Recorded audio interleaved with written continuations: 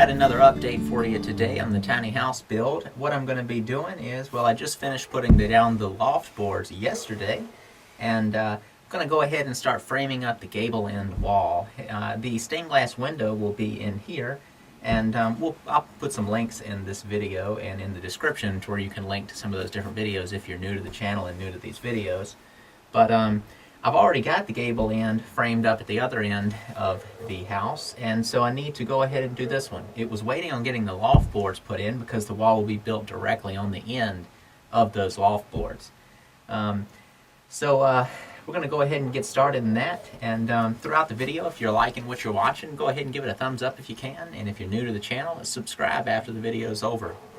And like I said in the last video, I'm not sure how much interest there will be in this exact topic of working on this small house, but if you are interested, let me know in the comments. And I already know that there is some general interest from different messages people have sent me asking me specific questions on how I did things or how I plan on doing different steps throughout the build, but just let me know. Alright, well, let's get started. Here's the opening where the wall will be built, and once again I'm using some moving blankets to keep me from denting up the pine tongue and groove flooring. First thing I wanted to do was just go over the wall on the opposite end of the house is the one I'm about to build. This one has already been framed up and sheathed on the outside with the stained glass window temporarily being clamped in place with an Irwin clamp. The decking boards on this end aren't down except for one, and I only had to put one down in this case because the floorboards for this side of the loft, this side of the house, are going the opposite direction. The joists are running in the direction of the house is long, whereas on the other side, let's get that focused, on the other side the joists are running perpendicular to the direction of the house, which means the loft boards have to go that way. And then this side, they're going this way. So all I had to do was get one down to be able to build this wall. And all it is a simple 2x4 construction, one across the bottom, one across the top, just being held up by a couple of 2x4s, just two, with the angle on them, which is 45 degrees, made it easy. And it's just two of those walls and then on the inside, let me zoom in where it'll brighten up, it's just a little piece of sheathing that is kind of closing up that top gap you can see there, and it's notched around the ridge beam. The construction on this side of the house, it was super easy because the end of this loft fell right to where I could go right from the outside edge up, and it would fall on the inside of this rafter. And all I did was I had to cut a piece of plywood that would fit and then frame this wall on the back side of it, and the plywood is then screwed to that outside rafter and holds the whole thing in place, along with some screws going down into that decking board. So I'll give you a shot of the outside now to let you kind of tie it all together. So on the outside, I was able just to build that wall, including the sheathing. It just comes flush down with that outside. You can see the decking board right under the plywood, and then the 2x6 joist that runs across, and that's what connects one side of the loft to the other, and on the porch on the outside. And then what will happen is eventually there'll be a column that runs here down to the porch on both sides, and that will give support to the whole upstairs. But that plywood is a nice clean joint, goes right up behind those rafters there.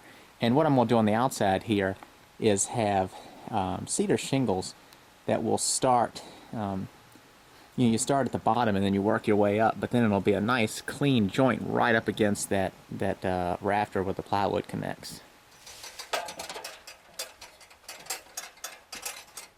Here's the window that the wall is going to be framed around.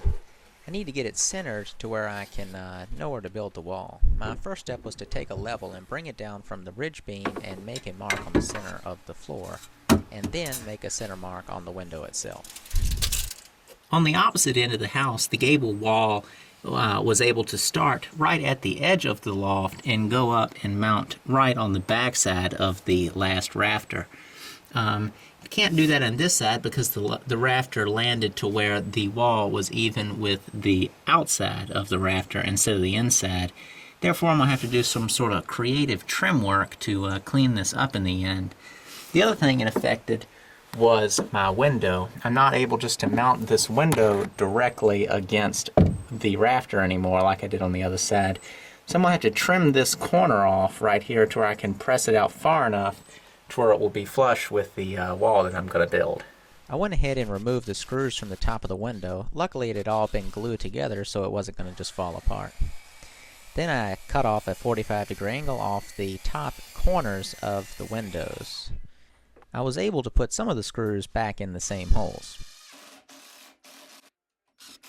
One measurement that I wanted to be equal is the distance from the top of the window up to the ridge beam.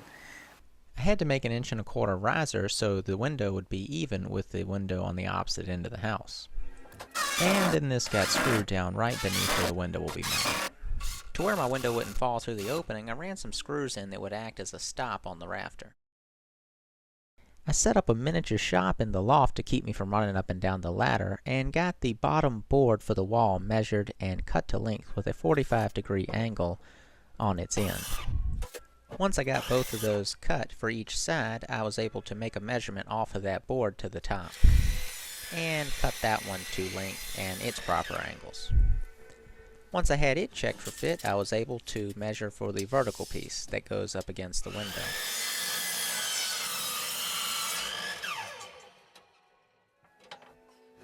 Once I knew that that piece was cut to the right size and angle, I went ahead, pulled out the assembly, and got it screwed together. And I'm doing this for both left and right sides of the gable at the same time. I slipped that assembly back into the window and measured for the little vertical stud that would go in the middle. Once this piece was cut to length and had its angle cut on the end, I screwed it into place and repeated these steps for the left side of the wall. Here it is all put together, a wide shot from the inside, and then a shot of the framing left and right hand from the outside.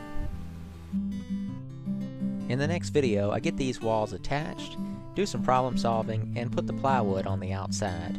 So stay tuned for the grand finale of finishing up the gable end wall in my tiny house. Thanks for watching.